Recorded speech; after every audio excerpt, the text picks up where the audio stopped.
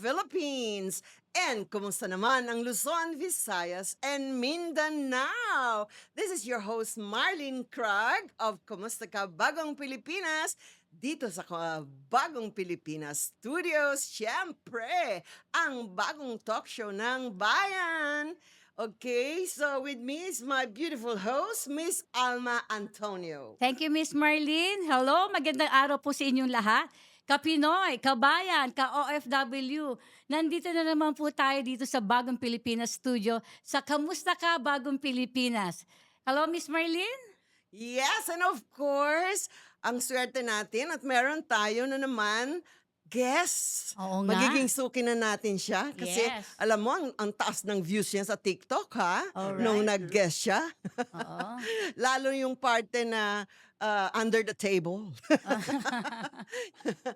Anyway, so he's an economist by training, a marketer by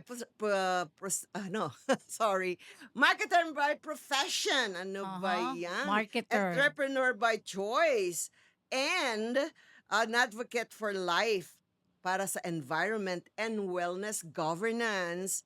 And he's with Eastman Kodak Company.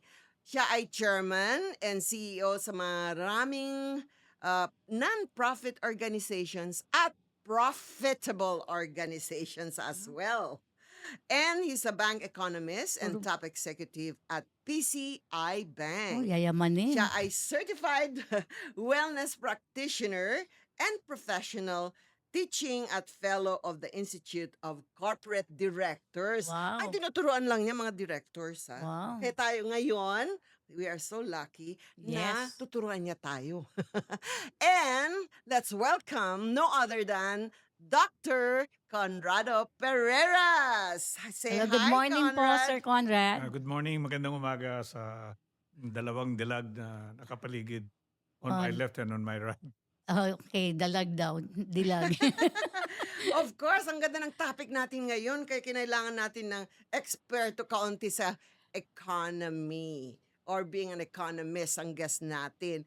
Okay, so beyond the poor mindset, Oh, ayan. uplifting OFW seafarers and our low-income Filipino families.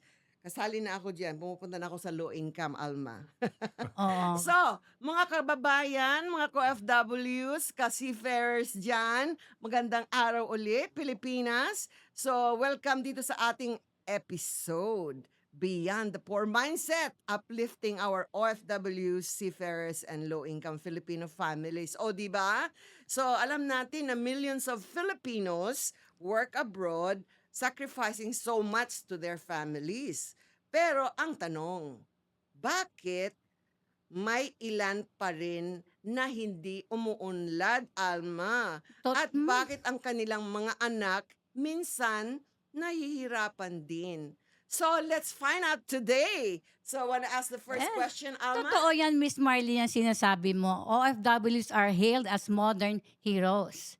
Pero sa mga challenges na. So, hindi masyado na pag-uusapan ang financial stress, emotional gaps, at minsan poor mindset issues that can affect not just them, but also their children. Ayan. Yes. So, exactamente, Alma. Kaya kasama natin ngayon ang ating PhD economist and expert guest. He is an advocate for financial literacy and community development. Siya rin ang president of the Philippine Bamboo Association and Bamboo Research and Industry Development. Yan, si Dr. Conrado Pereras. O yan, ano masasabi mo? Maraming salamat, Miss MK. I call her MK kasi that's how I have always Mamahalin, honor MK, no? MK Michael and Kors. Miss Alma. Salamat naman at ako'y nanyayaon huli dito. It's always an honor Welcome po. and a privilege to guest in your show on topics that are close to my heart. And as far as your topic for today, I have to differ from the fact that you have claimed that OFWs have a poor mindset. Actually, our OFWs, when they go abroad, they have a very positive outlook in life. Their mindset is one of hope, of sacrifice, and they were only thinking of what is good for their family and for their country. Ang nangyayari, pag tumagal na sila doon, many things happen. It's either for good or for worse. Opo. And that is probably where this poor mindset is coming from. No? Okay. No, yung when we say poor mindset, yung na pupunta sa bata. Na-adopt ng bata. Minsan yung mga parents ang nagsasabi, minsan maraming kailangan yung mga bata. Yung sabi niya, hoy, hindi tayo mayaman. Huwag ka mag-dream ng ganyang mga laruan o yung mga ganyang bagay. Doon pa lang minsan di ba, naririnig natin sa mga, alam ko may mga kapitbahay namin sa Ilocos noon. Kunwari yung aming labandera noon. Sabi niya, hoy, huwag kang managinip. Nagising. Anyway, so kasi Sir Conrad, ang focus nila is remittances. Okay. Karamihan, di ba? So, at tapos yung mga padala nila is used for daily consumptions. So, minsan wala silang saving for investments. At lahat ng resources minsan nauubos at talagang naiiwanan na minsan ang mga anak na lumalaki, di ba? So, tapos nagkakaroon sila ng pressure of giving. So, while many OFWs succeed, bakit po kaya may ilan na nahihirapan pa rin? What leads to this poor mindset? I think the problem is not with the OFW.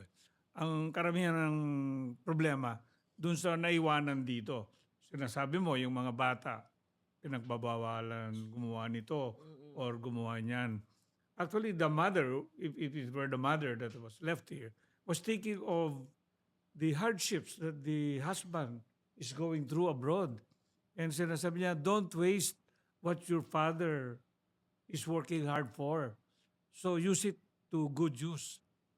Kaya lang kung minsan yung iba hindi nila ginagamit sa tamang pamamaraan or tamang paraan, ginagastos lang for consumption. Walang savings and therefore walang investment. Every peso that comes in is used to meet basic needs. And what are the basic needs? Food, basically. Number one is Shelter. food, yes. Paano- Schooling. Yeah. Paano mo i-divide yung kunwari, let's start with domestic helpers na yun, itinaas na ngayon $500 na daw ang basic salary. So let's say from the previous one na 20,000 lang, how would you account for na may counting investment at may counting may iwan? Kasi according to Alma, bumibili pa rin sila ng pagkain nila doon minsan.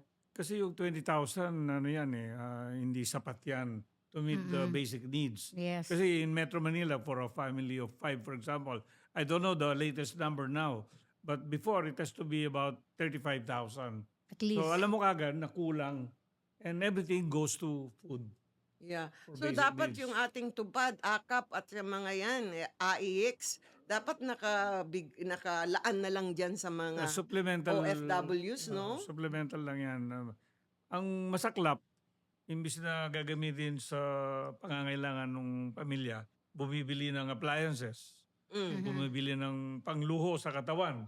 Imbis na they put money aside for the rainy day, inuubos nila for luxuries and of course to meet the basic needs. Yun ang karamihan na nangyayari. So talagang walang naiiwan, walang savings. And when you don't have any savings, that is where the problem lies. Oo nga, sir. So I heard the term sacrifice guilt syndrome. Can you explain that, sir?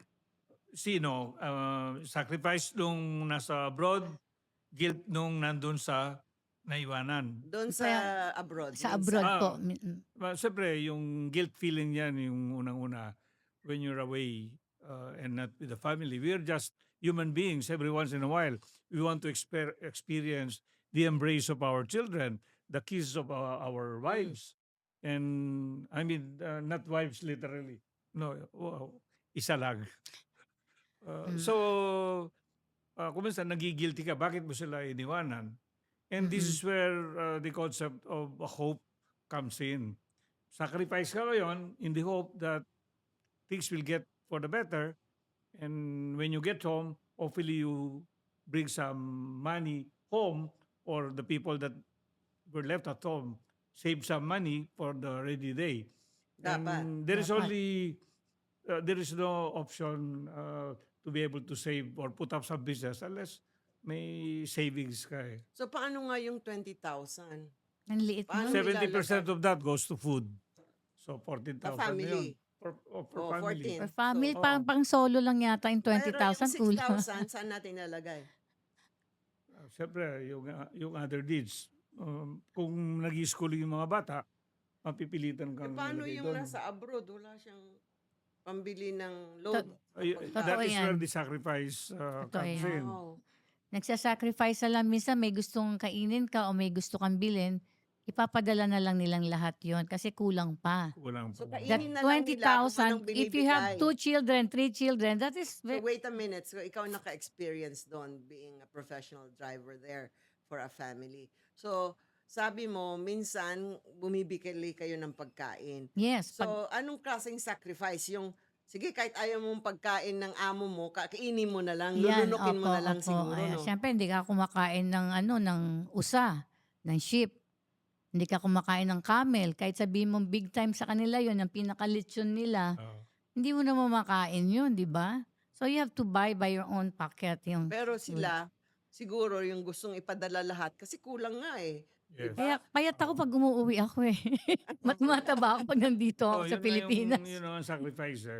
Yung element of sacrifice is postponing things that you need because there is a better Oo. purpose. Mahal ang food For it. kasi maski sa Yeah. ibang bansa.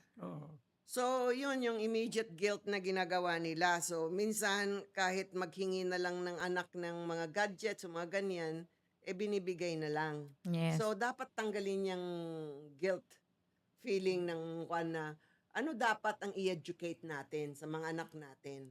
Nag-aral. Mag-aral. Mag-aral ng mabuti. Kasi education is the best leveler. Yes. If you want to get out of that cycle of poverty, Correct. you Correct. have to educate yourself. Yes. Yan. Sabi nga ng United Nation at saka UNICEF na talagang daming problema sa buong mundo, lalo na rin dito sa Pilipinas, na ang rason na marami pa rin naghihirap at may poor mindset because they're not educated. Yes. Hindi lang educated as academically, Mm. pero yung education na pag-aaralan mo among colleagues and among peers sa eskwelahan, yung emotional intelligence. Kasi tinuturo din naman ng mga sa good manners and right conduct or Christian living ang paano makihalimula, paano mag-ambisyon sa buhay, have faith in God, pero nasa tao ang gawa, nasa Diyos ang awa. 'Di ba? Dapat paulit-ulit 'yan. I heard na from the president, I think, na isasama na yung curricular subject 'yan, na there should be an emotional intelligence or EQ formation or self-awareness and Correct. Probably that's the substitute for good manners and Yes. right conduct. No? Mm-mm. Because in this life, it's not just the academic excellence that is important. Yung emotional intelligence is necessary to be able to interact not only with your family, but people in your community, in the school. No? In fact, from experience, those who have higher emotional intelligence tend to succeed in the corporate life than those who are very bright. Yung mga scientists, inukulong na lang yan para they can focus on their jobs. Correct. Sabi nila yung matataas ang IQ, mababang EQ. Pero kung mataas ang IQ mo, mataas pa rin yung EQ EQ. mo, Oo. may advantage ka. Oo. Pero gaya ng anak ko, no? Ay, sorry na pag-example lang ko na. Naman ikaw. Sana wag kang makinig. Si Dr. Goding, si Zoe. Di ba, kwan siya, summa cum laude siya sa college. Tapos, ang taas din ng grades niya, kaya napa-UP PGH siya. Pero ang emotional niyo, I mean, nandun pa rin. Pero hindi kasi level ng IQ niya. Nasa 80% lang. Yung emotional. Oo, kasi yung 20%. Kinokontrol mo kasi ayaw mong ligawan siya. Kasi, pag nasaktan, Oo. yung parang mahirap mag-move on. Pero, human nature yan, di ba? Pero I know what you're saying na dapat talaga sabihin natin na ang ating mga anak, mga magulang, bago kayo maging magulang sana, mga kabataan, maging self-aware kayo at magkaroon kayo ng communication skills, empathy, yan yung sabi sa EQ, para matutuhan nyo yung mga self-regulation, mga ganyan, kasi kailangan nyo sa corporate industry, di ba? As you Yes. said, kasi kayo po yung nasa corporate industry. Okay. Sir So- Conrad, many OFWs have limited time or access to upgrade skills. Tama po ba? Yes, kasi when you're working abroad, you have to focus on what produce results. Kasi yun ang binabantayan ng employer mo. Unlike kung nasa Pilipinas ka, meron kang support system eh.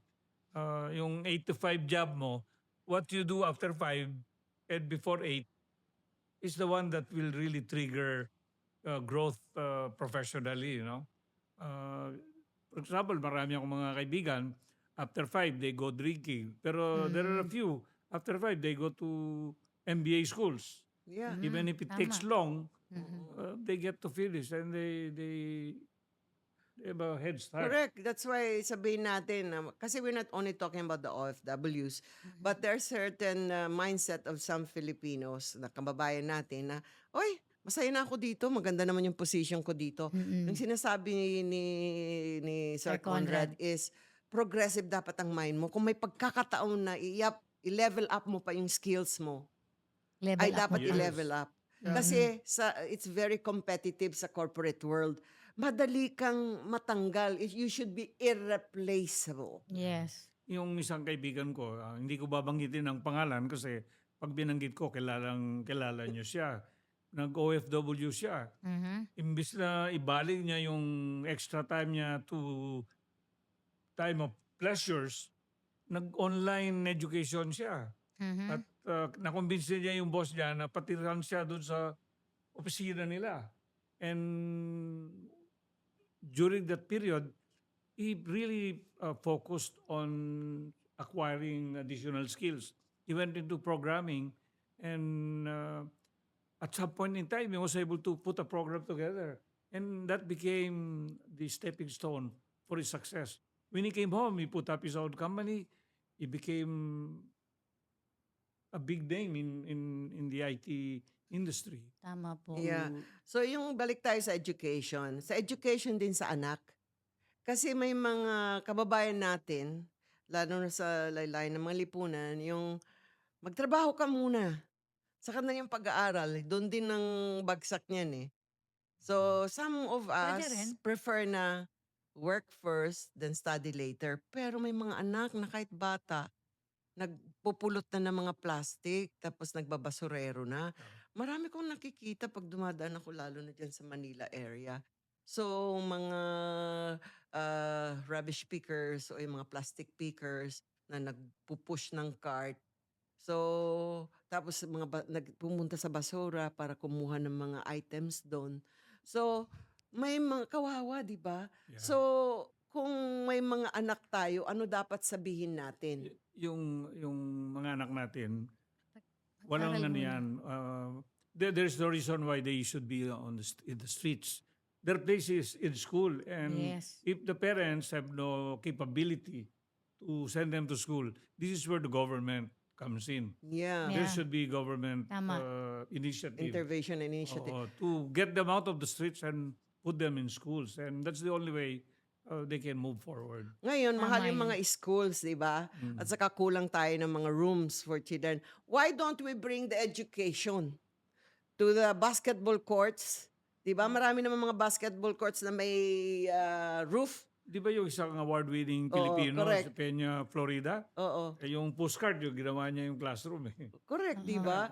Yeah. Yung sana marami pa tayo gaya niya, napuntahan tong mga lugar na to, lalo na sa mga areas na mga nagbabasurero, mga bata.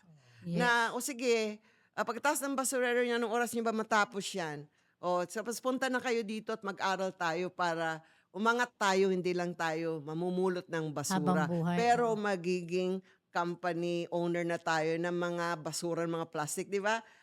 There's money in Pwede. basura. In May friends garbage. akong naging milyonaryo, Oh, multi-millionaire dahil lang pamumulat ng basura we have a client who collects paper, the and garbage, plastics. and puts it all together and sells it for recycling to paper Yes. companies. And there's a lot of money there.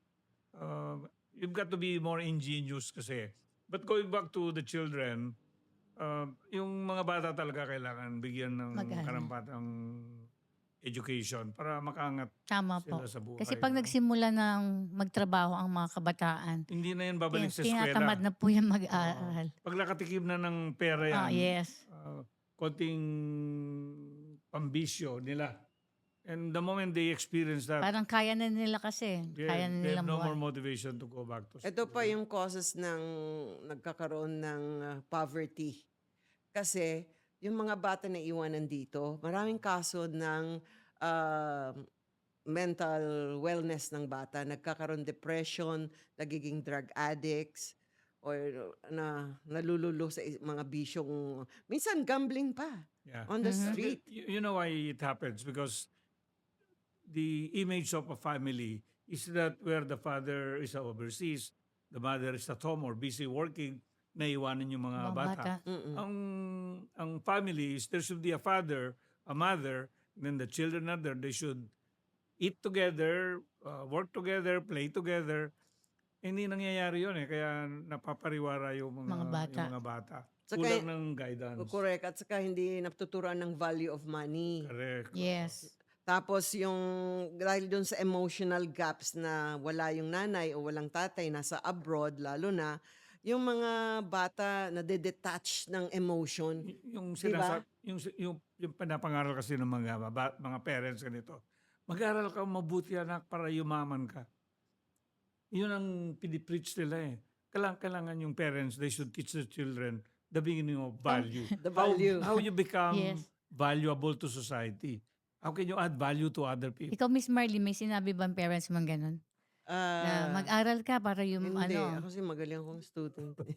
Pero Sa akin din wala nagsabi. I remember that famous TV program, Dolphy.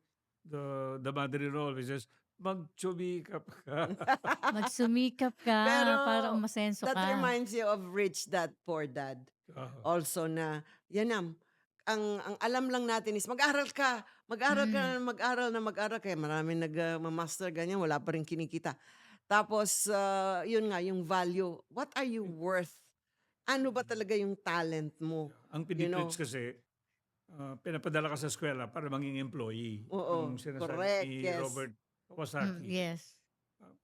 You don't study for employment, you study to become an entrepreneur. Sabi niya, kung salaried worker ka lang, mabagal yung growth. No? Pero kung may entrepreneurial abilities ka, palagi kang may windfalls. No? Kailangan magaling ka sa math. Pero Hindi, may mga practical na mga, lalo sa mga Chinese, yung anak nila, kahit nakapag-aral na, mag-start sa simula sa isang corporation, Yan, tama. aralin nila, if that's the line you're going to be, then you have to do your apprenticeship or internship sa company na yan para aralin mo lahat. Yes. So, yun lang excuse na mag-employee ka muna. Kasi kung hindi ka rin educated, Yes. walang mag-employ sa'yo, di ba? Pero kung mayaman yung tatay mo, kahit na nagtatrabaho ko sa kumpanya niya, you are a COO. You're the child of the owner. So, the training may be there. Pero kailangan i-train niya mula sa baba kasi hindi ka pwede maging CEO hanggat hindi mo naranasan maging nasa Naranasan, no. baba. Masarap yung magsimula sa baba na alam mong mayaman yung tatay mo. Yun ang ibig sabihin. Oo. Pero si Robert Kiyosaki ba yun? Exactly. Ang gusto niya talaga na ilagay sa isip natin na huwag tayong maging empleyado forever. Yes. Mag-isip ka ng isang bagay na may value sa tao. Na ikaw yung gagawa nun at yung value na yan ay ikaw ang hahanapin at hanapin. It could be anything. It could be teaching, you know, Normally you train for some skills. Mm. Get some knowledge, have some skills, and then you go around, build your network, and then you do business. Ano ba yung una mong business na gagawin? Service normally eh. Correct. Kung computers, you become a computer consultant or you do home service. Yes. No? Pag marami ka ng maganda na yung skills mo, puputap ka ng maliit na shop. Imbis na ikaw ang pumupunta doon sa mga customers mo, yung customers pupunta sa'yo ngayon. Kasi meron ka ng shop. And after the service, malay mo, magbebenta ka na ng computers. I-assemble mo yung computers. They're still cheaper than getting it off the shelf. So, yun ang progression hanggang maging entrepreneur ka.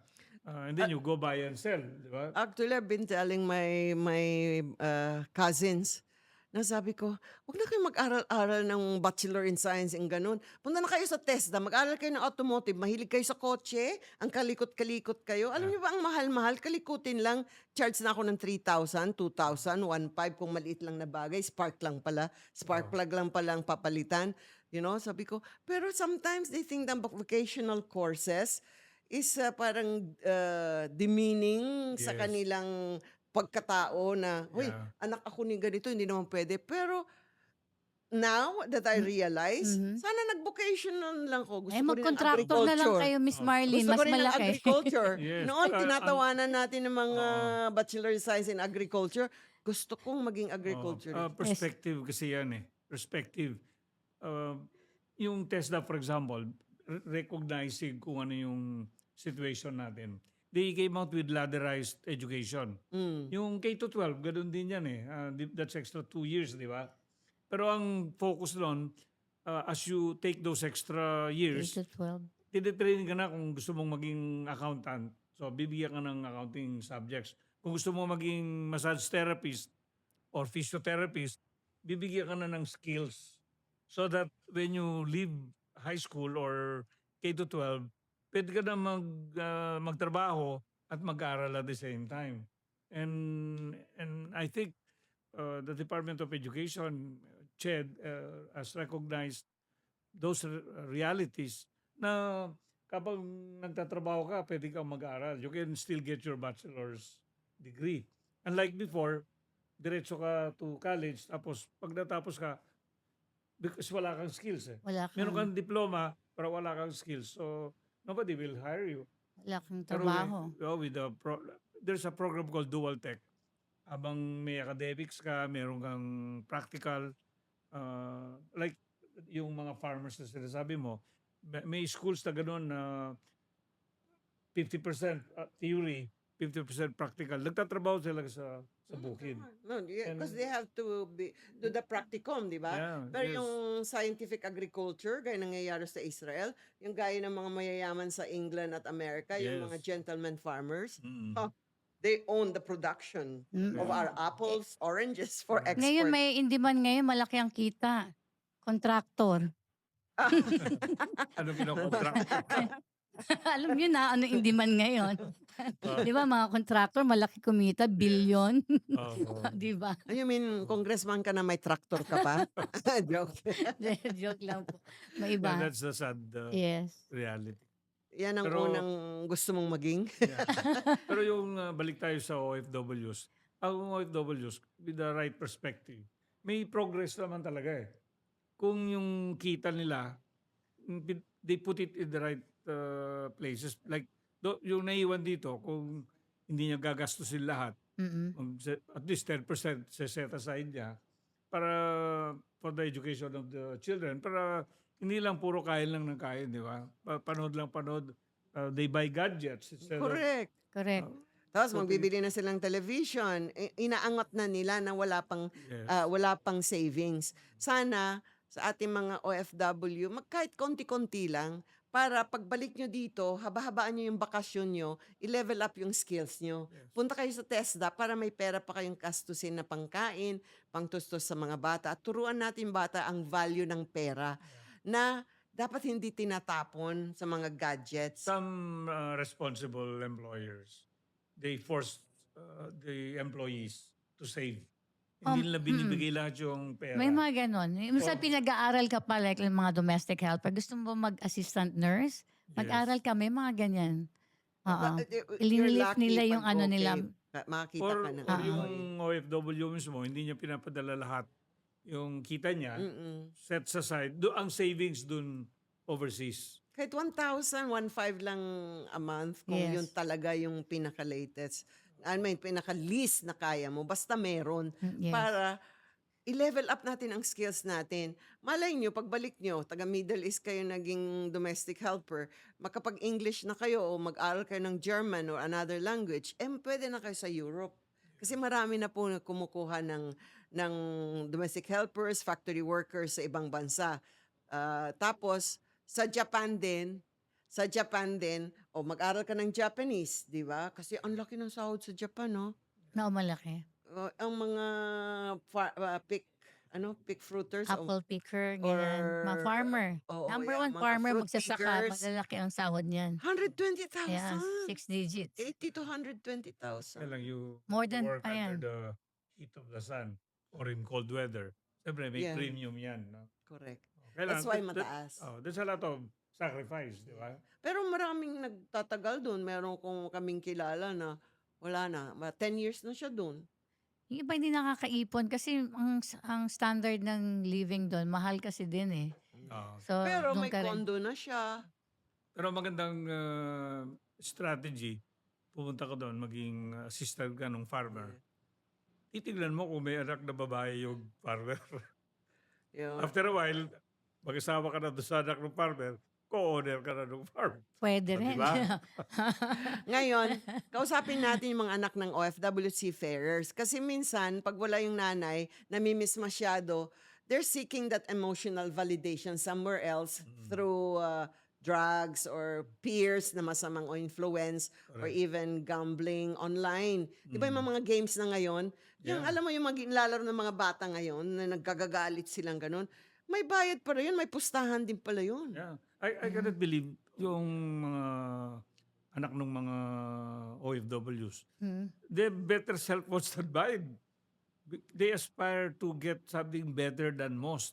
And that's where they put their money and kuminsan nandyan yung Online apps, gaming, di ba? Because oo. advanced yung phones nila. So nandyan na yung gaming, Correct. nandyan na yung... Inalis na yata yung online gaming ngayon eh. Hindi, may mga May meron natitira pa pa. rin. Tapos Dapat. on the side sila nagkukuha na. Alam ko kasi yung Alam ko aking ito PA totally ban na naglalaro eh. paggabi eh. Sabi ko, bakit ka nakikipag-away dyan? May bayad ba yan? Nagagalit-galit ka pa dyan. Sabi niya, kasi minsan daw may nagbibigay na pera if you play well. Anyway, Pero siguro, we're focusing on the negative side. I know a lot of families who have improved their lot. They were able to send their children to school, nag-graduate, naging nurse, engineers, ITs, and isang member lang ng family na makatapos. Malaking tulong na yun. yes. And I think these are the kind of people that we should be sending out because they are better skilled, they're better paid, and there is a multiplier effect ng mga batang ganyan eh. Because if the father is a driver in the Middle East, probably salary niya $1,000 a month.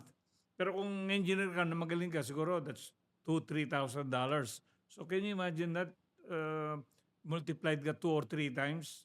And that is how you can help. Pero ano masasabi mo? May mga iba na mga magulang andun na kaya, hindi na ako magka-college, mag-OFW na rin ako. So, ina-undervalue nila yung importansya ng education. Oo, Pakisabi na rin na why it's important to be educated. Yes. It's important to be educated because if there is no value added to your life, you don't gain new knowledge, how will you improve? Correct. You're just existing there. You're Anong not- worth mo? Yes. You have to Diba? increase your worth. Ayan, mga bata, pag nakapag-aral kayo, dapat nakapagtapos, may worth po kayo. Worth not only to the service that you're gonna give, kasi kung wala kang pag-aral o pinag-aralan, mababa yung sahod mo. Pero kung may pinag-aralan kami, in-offer ka, may worth ka, lalo na pag may skills ka pang added. Di ba? And that will destroy the cycle of poverty. Di ba? So education is very important. Hindi lang sa academic education, yung multiple skills. Correct. Marunong kang magmekaniko, marunong kang electrical, Lahat ba ng tao may skills? Meron. Oo. Parang Skills iba acquired wala. eh. Ha? Acquired kasi ang skills. So, kung mag-aral ka, you will acquire the Skill. skills. Wala namang, Iba yung talents. Yung talents din ma-improve pa Oo. through improving Iba yung tools talent tsaka skilled eh, and di ba? skills. like inborn talent. What are you thinking of? Marami akong skill tsaka talent. Ngayon, hindi ko malaman kung anong gagamitin ko doon. Nakaka-confuse Pero din. kumakanta ka, talent mo yan, kumikita ka Marunong kang- kaunti, pero hindi mo kasi pinag-aralan na parang Hindi, maging professional Oo, singer. yes. Hindi kasi ako focus. Yes. Pag marami kang skill talaga, halimbawa, kung doktor ka lang for life. Pero if you're a singer, if you're a mechanic, if you are mag-drive, whatever, ang dami mong talent, chef, everything, hindi mo alam saan ka focus. Kaya minsan, mahirap din na in maraming the short term kasi, like a friend of mine, pumunta sa US. So, nagtrabaho siya, office worker. Mhm, Pero he knows how to sing. mhm. So, from 6 o'clock to 12 midnight, he goes to hotel lobbies and he's hired by the hour. Yes. So, doon sa kumita. Yun ang extra niya, pinapadala niya Yeah. sa kanila. Correct. Ganun- Parang magagaya ng... Ganun ginagawa ko smart sa Qatar, yun. kumakanta ako sa Yeah. gabi. Isegue ko lang, yung PA ko nga, sea woman siya. So, she was hired to take care of children on board. Pero nalaman ng barman na magaling siyang kumanta. So, kumakanta rin siya, may bayad siya. Yeah. So, pag yung tulog na yung mga bata, hindi na siya kailangan sa care, giving sa mga bata kasi pag nagsha-shopping, di ba, bababa sila siya mag-alaga. Tapos pag tulog na, andyan ng mga parents, kumakanta rin siya. Tapos magaling din siyang barman. Marunong din siya mag-mix. So parang from that kind of job, may extra pa siya dito sa bar at saka sa pagsinging niya. Yun mga sinasabing, may skills ka na dapat i-develop Oh, minsan, yes. di ba? Dapat i-discover natin kung ano yung mga skilled natin. Kasi habang nag-grow tayo, tutuklasan pa natin yung iba nating talento. Yan sa mga adults yan. Balik tayo uli sa mga bata, mga anak natin, mga OFWs at sa mga seafarers children. Na paano yung do you believe that environment and mentorship and influence very important, Conrad? It is, but only to some extent. Because you create your own environment. For example, sinilang ka sa tondo, magulo. But it doesn't mean that you have to become Basagulero. the Ganon. people Oo. there, no? You can always transcend that. Oh, example, Temporary si na yan. Mayor Oh, Isko. Mayor That's a Yorme, good di ba? Example. Of Kayo, course, di ba? You grew up in the farm pero hindi ka Yeah. naging farmer. pero ano yun, may element of luck kasi si Yorme. Ano si Erwin? May element of luck. At saka May gwapo. pangarap. Oo, So meron gwapo. siyang, meron siyang assets na wala sa iba. Pero nag-artista yun, kaya doon siya na-discover, di Exactly. ba? Kasi Kaya nga, may itsura siya. May itsura eh. At may Oh, talent. Kwento naman yung buhay niya, di ba? Ayan. Asset yun, yung itsura. Asset yun, oh. Yes. Ano, marunong din siya mag-artista. Marunong siya magsayaw-sayaw. talents pa rin yun, asset pa rin yun, di ba? So, ginamit naman niya yung pagkagwapo niya, di Pero ba? yung environment kasi, you have to get out of, if The kung environment. ayaw mo yun, yung environment na yun. Kasi you're influenced by the environment.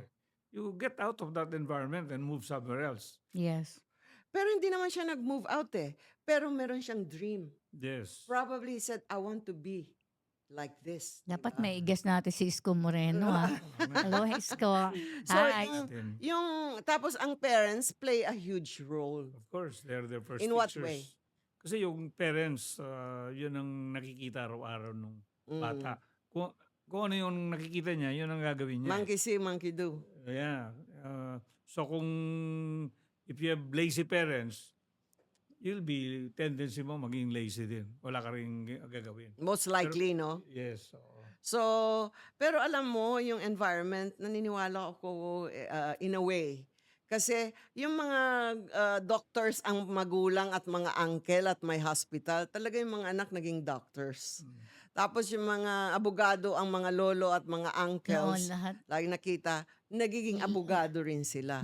Ako, yun ang gusto ko noon, maging liar. Pero wala akong exposure. So parang I didn't know how to develop it and which school I should go to and how it is gonna be, how hard is it it good. So puro mga military kami Commodore ng Navy, Namamana yun General no? ng Army. Minamana rin. Muntik nga ako naging policewoman. Trade-off kasi yan eh. Kung naging lawyer ka, baka hindi mo na-meet si Mr. Crag. Correct. Diba? I would not have Hindi ka met you. nagkaroon ng magandang Christiana at Zoe. Christiana and Zoe. But So that's trade-off true. yun eh. Trade-off. Correct. I mean, yun yung mga might have beens, but sabi nila, nakatalaga na. Destiny na yun. Dapat, Hindi naman destiny. It Nakatalaga. was your choice, sabi namin sa simbahan. belief ko yun na in the pre-existence, before we came to this world, Minsan kahit choice ikaw natin ang gumawa nababago ng, Yes. ikaw ang Nababago gumawa yan. ng blur, ano yung kwan mo, yung kung anong gusto mo maging sa mundo Yes. para maging perfect. Destiny mo. Hindi. Anong tawag doon sa mga architect? Pag blueprints ng Blueprint. buhay mo. Hindi. Hanggang, oo. Abi, Okay. mataas na yun. Kinount ko lang yun. Pero yun Okay. ang ginagawa. Minsan pag yung hindi ko makuha yung gusto ko at bakit nag-iba, yun ang choices ko. Yung gayang sabi mo, I would not have my daughter. Kaya nung sabi ni Zoe, Mama, sorry napangasawa mo yung daddy ko. Tuloy, nag-suffer ka. Sabi ko, if I have to marry him again and again just to have you, it's okay. Correct. Kasi My nga, destiny na yun. kasi ang dami kong might have been, pero sayang, hindi ko maging anak at maging apo yung mga kan. Or I would not have met you. Kapati sufferings ko, I would have not known other people kasi I would be too high up. Mm. Diba? You just need to learn how to sublimate. Correct. So, yung roles, kasi may nabasa ako sa United Nations report na karamihan ng mga bata talaga nagsasuffer pag walang nanay sa bahay. Talagang definitely that will happen. The mother is the It- biggest. It's the Important, nurturing, yes. nurturing character of the mother. that Sabi you will nga miss. nila, in our laps as women, we are the makers of men. Oh, ang ganda nun Ulitin mo nga, Miss Craig. Wala, In wala our masyado, lives di as ba? women, we are the makers of men. Napakaganda nun. Kasi, yun talaga ang trabaho ng nanay. Kasi yung Mhm. nurturing pala yun, nakaka-develop sa brain, Mhm. even yung intelligence ng bata. Mm. Nade-develop pala. Kung kwan sila, hindi nabibigyan, deprive sila ng love from the mother itself. And then plus Kaya yung pag father. matalino ang mga anak, minana yun sa ina. Kaya Ayun ang sabi. magpasalamat kayo sa mga I nanay. talk to a lot of mothers. Naniniwala po that ba is what kayo they doon, always say. Sir Conrad? Can you imagine if it's the other way around? Yun nga. So, sabi nila, pag hindi naman ako aalis, mamamatay din yung mga anak ko, wala rin mangyayari sa kanila. Pero, kayo I want to warn our millennials o yung mga magpapakasal pa lang o mag-aasawa pa lang, please, educate yourself, learn a lot of skills. And yung naambasa ko nga maraming poverty kasi hindi nila alam yung hierarchy of Maslow na dapat talaga yung basic, kompletuhin nyo muna bago mag-asawa. Kasi pag nakompleto na yung basic, may kaunti na kayong ipon. Savings. So, pag yung mag-asawa kayo, may ipon din siya. May pambili kayo ng bahay, damit, masarap na Pagkain. preskong pagkain, Oh. nutritional. Kasi importante ang nutrition. Yeah. Presko na tubig. Kasi minsan di tayo nakakainom ng tubig. Damit. Minsan umiinom lang sila sa gripo. Tapos, fresh air. Minsan yung lugar mo, walang fresh air. Di ba? Lalo na sa Tondo, magkatabi-tabi, di ba? It reminds me of the story that has been floating around when the father brought his son to a poor village Mhm. to teach him how lucky he Yeah, is yeah. because they're poor, only to learn that the son learned that they're poorer than that family that they stayed with. Because while they have one dog, that poor family has 4 dogs. While they have a swimming pool, They the have the family river. has the whole river. Mhm. While their gardens are lighted, that family has The whole wood and the stars. Oh, and the moon. Yeah, so perspective kasi. And that's what United Nations is saying na there are some na mahirap lang. Talagang hirap din sila because they have the mother there nagtatrabaho. Ang mami, dalawa dito sa lugar in the Philippines, for example. Pero umuwi pa rin yung nanay. And that having na andun yung nanay, nakikita nung bata na si mama naghihirap. Oo, Tapos nagtatrabaho. mahal na mahal niya kami, ginagawa niya to. So paglaki ko, gusto ko matulungan siya. Gusto ko mag-aral mabuti at makinig sa mga sinasabi niya na tama nga. Kasi kung nakapag-aral si mami ng mas malaki pa, di sana mas malaki rin ang sahod. Hindi lang siya Sana patulong sa mga 3 bahay. Sana Parang kung ganun ang mindset ng bata. pero, kaya nga sinasabi natin na sana magkaroon ng, yan ang tinuturo dapat Mhm. sa television. Totoo yan. Value Uy, formation. meron ng value formation na libro na bibili How to be emotionally intelligent Oo. at a start younger, even at the age of 3 years old. Yeah. Kasi merong character na ang 3 Pero years yung old. yaman at hirap, perspective din yan eh. Sa tingin mo, mahirap ka kasi napakarami mong needs and wants eh. Correct. Bawasan mo yung Wants. yung wants mo. Doon ka muna You sa will needs. feel better. Oh. Oo, di ba? O hindi Yes. ka mahirap, no? Yes. Lalo na ngayon, di ba? Taghirap ngayon. Wants or needs? Minsan sabi ni Zoe, needs ba yan o wants ma? Yeah. Sabi ko, ano bang spelling nun? Pwede bang needs? Pero yung sinasabi mong environment, kung mahirap ka tapos katabi mo mayaman, maano ka eh, ma-motivate ka. True. To Yan some yung sabi extent. ko na maganda, may Yes. environment. Oo. And So, they're lucky today, Conrad, because meron silang cellphone. Makikita mo lahat ng paano maging marangya, paano yung maging maganda, paano yung magkaroon ng ganito, ano yung buhay ng anong istorya ng mga mayayaman, yung masamang mayayaman at yung mga mabuting mayayaman, yung mga hindi nagnanakaw ng yaman at saka mga pinaghirapan ng yaman. Pero paano nila? So, ang dami na nilang examples and models na mabasa, di ba? yes, yes. Unlike our time, wala. My grandson is only 2 years old, but he's more proficient with his Computer. High-tech na. Oo. Marunong na, no? Oo. And that's the below they live in eh. Yes. So, are you up to families should teach their children hard work? Yeah. Ano pa po? Savings? They should know that if you don't have any savings, you cannot invest. Kaya yung pinipreach ng mga financial counselors, you save first and then whatever is left, that's what you're allowed to spend. Tama. But easier said than done, di ba? Pero tapos i-delay niyo yung gratification, mga anak Yes. at mga nanay. Kasi yung guilt mo nga, sige na anak. Bibigyan mo Paghirapan lahat ko na ng- lang, magdo-double time na lang ako, mag-overtime na lang ako, di ba? Yeah, but I think at some point in time, itong ating mga OFWs, they should really start thinking of coming home. Coming home in the sense that there's a price to pay being away. And if they've earned enough already, umuwi na sila. They find a better opportunity at home. And I think it's the role of government to provide that environment. I-encourage niya yung mga overseas workers natin na may talents na bumalik. They should be working for this country, not for other countries. Yes. Dapat. Sana sa susunod na panahon na ibang bansa naman na magtrabaho sa Oh, atin, yan no? ang gusto mong Yan ang gusto kong mangyari. diba? Taasan Oo. pa, Di ba? mababa pa rin yung 500.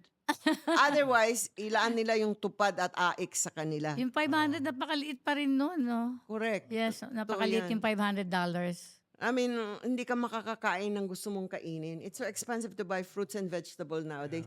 Pero talking about that, Conrad, di ba mga bata rin, minsan hindi sila magaling na sa eskwelahan kasi yung mga kinakain nila. Malnourished. Malnourished din sila. And it And it affects affects the the brain. Yes. Ikaw, nasa wellness ka, di ba? Importante pa rin yung balance. Kailangan nilang gatas, kailangan nila ng prutas. Especially during the formative Yeah. age. No?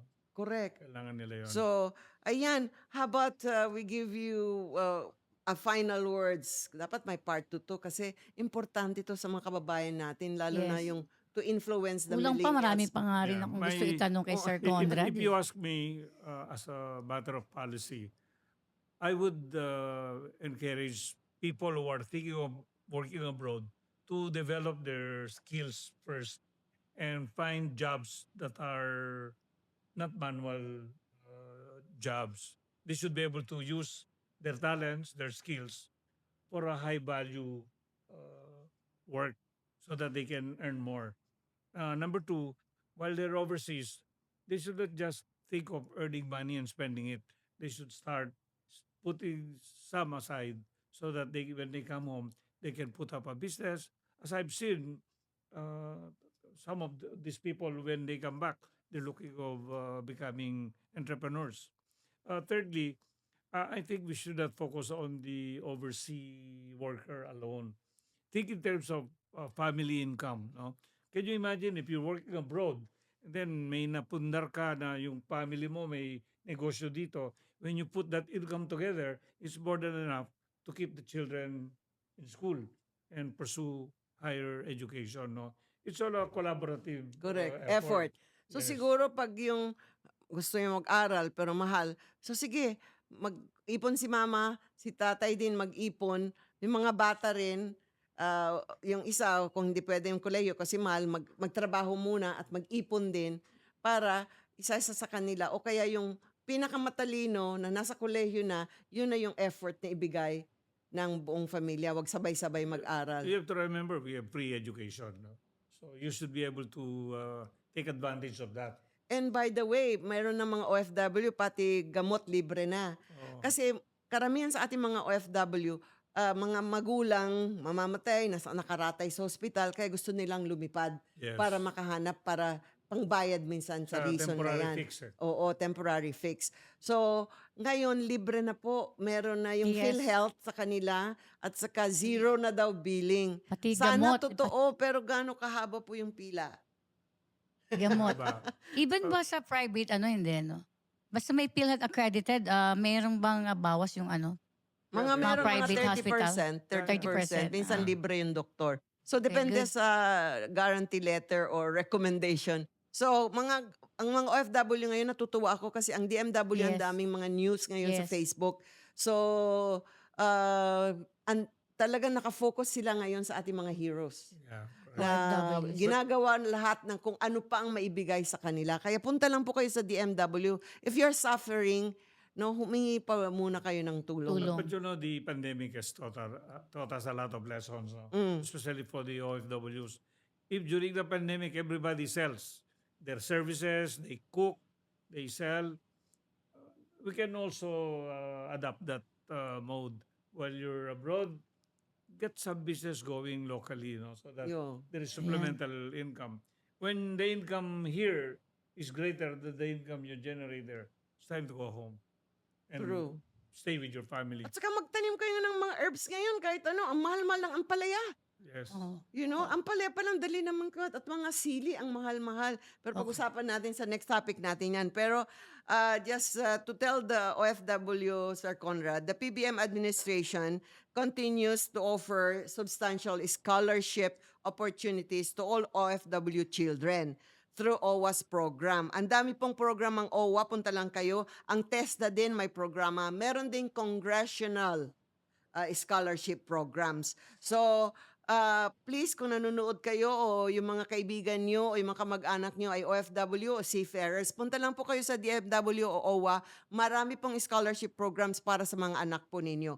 At may Ayan. mga allowances yon, either 60,000 sa college, 20,000, dapat mga low income din. Pero talagang low Oh. income naman kasi may OFW kasi Oh. mga doctors. Oo naman. Pero dapat hindi sila hindi sila exempted kasi minsan kung 6 ang anak mo na Basta kinukuleyo. ibig sabihin, pag pumunta ka, low income ka, di Yeah. ba? So it has been a Republic Act na 10931, free tuition law.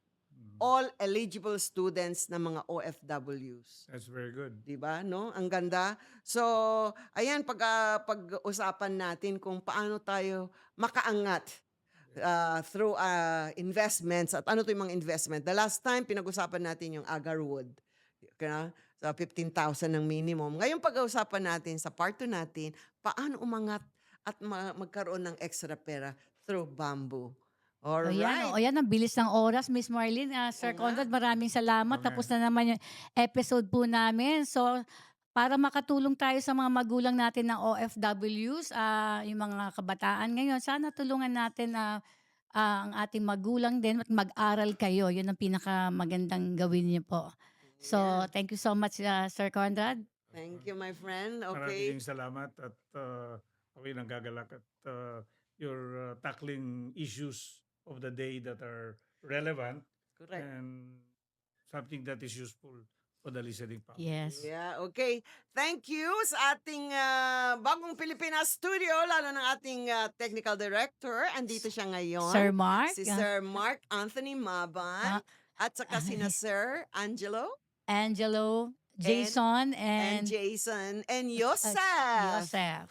Yan, ang gagaling nila kaya ang gaganda namin Okay, thank ngayon. you so much. At sa susunod nating episode, panoorin po Bye. natin muli.